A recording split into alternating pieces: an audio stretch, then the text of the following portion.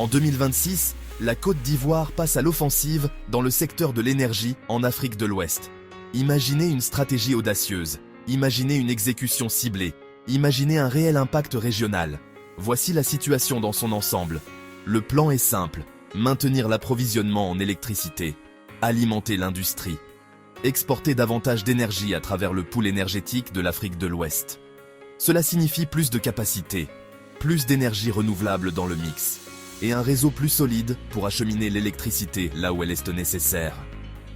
Parlons du gaz. Le gaz naturel reste l'épine dorsale de l'électricité ici. Le développement offshore assure l'approvisionnement. Les centrales à cycle combiné font le gros du travail pour la fiabilité et des émissions par kilowattheure plus faibles. En d'autres termes, une charge de base stable, moins de panne, plus propre que la production thermique au fioul d'antan. Les projets thermiques, ils ne ralentissent pas. Autour d'Abidjan et de Jacquesville, les extensions se concentrent sur les turbines à haut rendement et sur des profils d'émissions plus stricts. Les investisseurs internationaux apprécient la technologie bancable. Ils apprécient les structures d'achat claires et les opérateurs établis. Si vous construisez pour l'efficacité, vous gagnez sur les coûts et le carbone. Maintenant, le solaire. Le photovoltaïque passe du projet pilote au portefeuille. Plusieurs régions mettent en place des centrales à l'échelle industrielle. Des modèles hybrides qui associent le solaire au stockage. Et des modèles hybrides qui associent le solaire à des centrales à gaz de pointe. L'objectif, réduire la dépendance au diesel, étendre l'approvisionnement diurne et faire baisser les coûts moyens de production.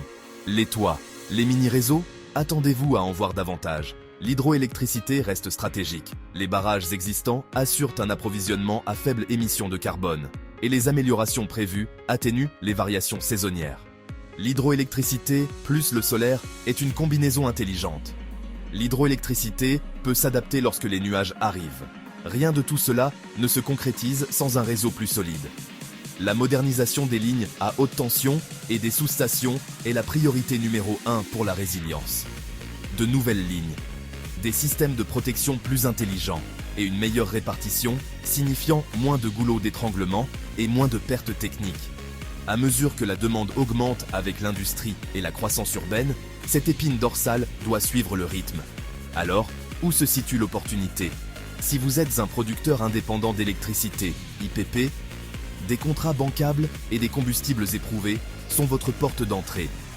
Si vous êtes en charge de l'ingénierie, de l'approvisionnement et de la construction, EPC, les mises à niveau thermique rapides et les constructions solaires sont à l'ordre du jour. Fournisseurs d'équipements, turbines, onduleurs, transformateurs, appareillage de commutation. Les investisseurs institutionnels obtiennent des rendements d'infrastructures à long terme.